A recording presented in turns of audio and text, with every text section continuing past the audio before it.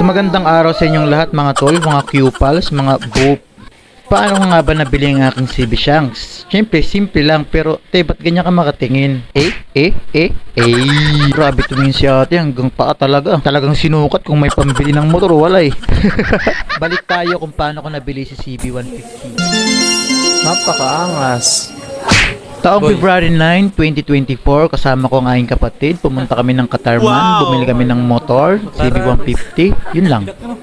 Siyempre, nagawa natin yan dahil sa pagsusumikap sa buhay, sa Wow! pagsisipag sa trabaho, maulanan, maambunan, lahat na ginawa na para makamit yung mga bagay na gusto natin makamit sa ating buhay na walang hanggan.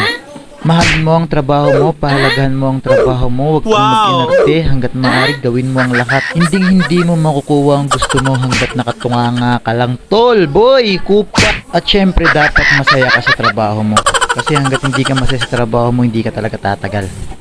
So wag na tayo magbigay ng mga motivation yan, hindi naman tayo motivational creator, So ito na, balik na tayo sa motor, na engine check na, nakapag-perma na, nakapag kung ano-ano na yan, warranty, lahat na. Ang dami-dami sinasabi ni ate, bala ka dyan. So eto na, no? Pasyal-pasyal na tayo kung saan-saan gusto natin.